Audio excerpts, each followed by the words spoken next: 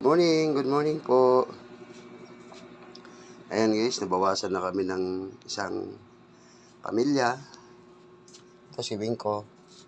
Si Winko guys, marami siyang sakit na nilalabanan. Ngayon, kinuha na talaga siya. Hindi niya na kinaya. Kasi guys,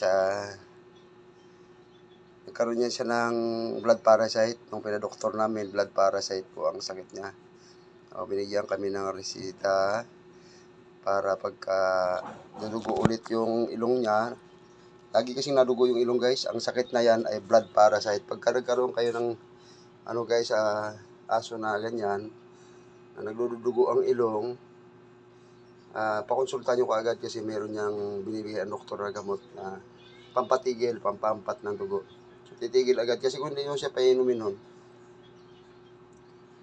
mauubusan siya ng dugo talaga guys, hanggang sa mamatay siya. Totoo yun, ang blood parasite ay nakakamatay. So, painumin mo kagad nung gamot na yung pampampat. So, titigil agad yun. Sikang segundo lang. Pagka nainom niya yun, tutunawin mo kasi yung tableta. Tutunawin mo tapos mo siya. Dropper. Yun lang. Titigil agad yun. Segundo lang. Pagka papainom mo, sure ball yun, titigil within a seconds lang. Siguro mga 10 to 15 seconds. Wala na, hindi natutulo ang dugo.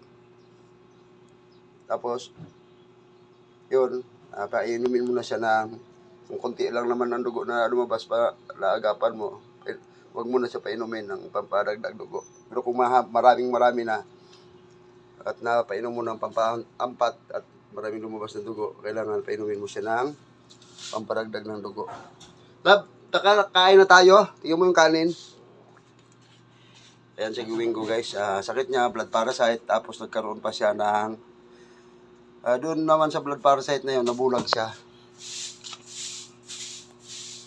Nawalan siya ng paningin dahil sa blood parasite niya, laging dinudugo ang ilong. Yan na siya guys. Hindi na niya kinaya kasi bukod sa blood parasite, bulag siya.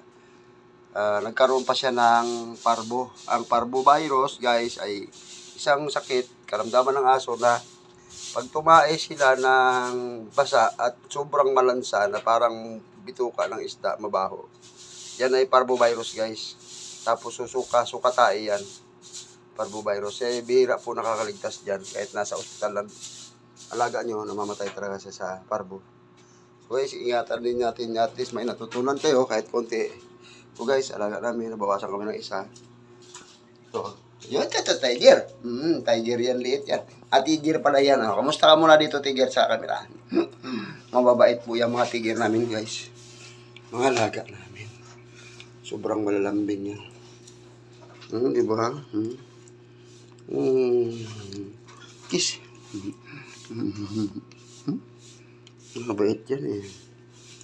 Teka lang. Ito naman si Whitey. Si Putim. Ang putim-putim ko yan. Sobrang mababait po yan sila guys. Sobrang malalambing. Oh, Diyos. Diyos. Okay. Si Putim yan guys. Pagkikilala ko lang sa inyo. Si Winko, nakahiga. Winko po yun, Winko. Winky! Tawagin natin si Winky. Winky! Labas, si Winky, labas. Labas na. So, nabawasan sila guys. Sa ngayon, wala na si Wingo. And dito sa ilalim si Tiger. Tiger, yung nanay nitong dalawang tuta guys.